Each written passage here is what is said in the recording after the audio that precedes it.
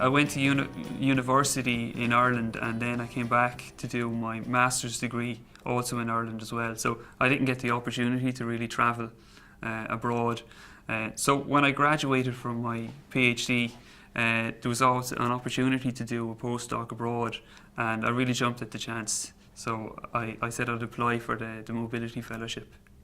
The advantages of being a mobile researcher are definitely that you get to expand your network of researchers abroad. So there's a lot of really high quality research labs across Europe and across the world, and it gives you an opportunity to go in to these research labs and to learn their techniques and to bring them home and try to apply them in your own research environment. In my case in particular, I went to the Technical University of Barcelona, and I worked under Professor Joan Serrat, who was really a world-class leader in telecommunications network management. Other reasons for being a mobile researcher would be that you get to go and experience the cultural and societal aspects of other cities. Particularly being from Waterford, it's quite of a small city, so my move to Barcelona was quite a cultural experience as well, and I really did enjoy it. One of the challenges definitely for me was the language barrier while you were there. So in Barcelona they speak Catalan, and I didn't really have any Catalan when I got there, so it was a little bit difficult at the start when I was there. So I definitely give the advice of learning the language of the country that you're going to visit before you go there. My particular circumstances was that I was married, and I just had a small baby as well. We had to move to Barcelona then as a family unit, and it can be quite difficult to find a suitable accommodation that's close to work, that's close to the city, that's also suitable for a family.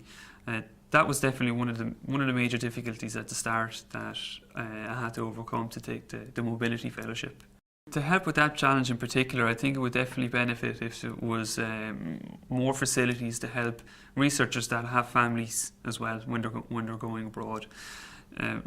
Typically, it's a lot more difficult to be a mobile researcher when you have a family, and I think definitely some dedicated services related to accommodation and to family services when you're over there, like paediatricians or social services over there would definitely help mobile researchers.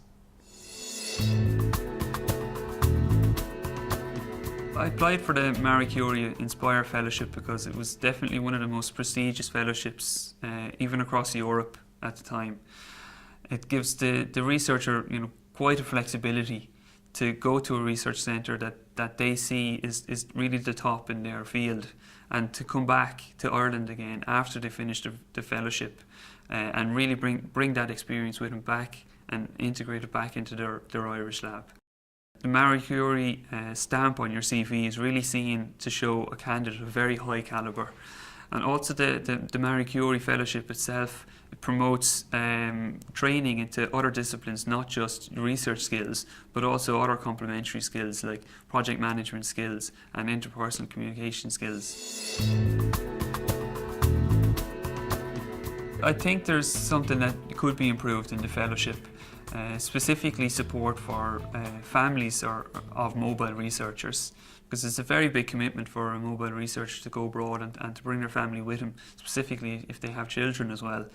So I think family support services, coupled in with the fellowship, would definitely improve the fellowship a lot.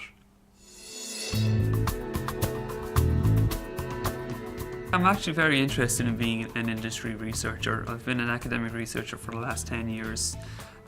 There's a lot of advantages in being an academic researcher. You're given a lot more freedom, and you can take a lot more blue sky approach to the types of challenges that you want. So it's a lot more high risk, but as well there's a lot more high gain.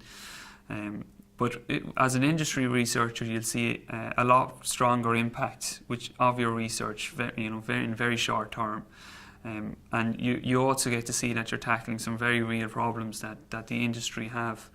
So I can see there's definitely big differences with respect to industry research, and it's definitely something I'd be interested in looking at.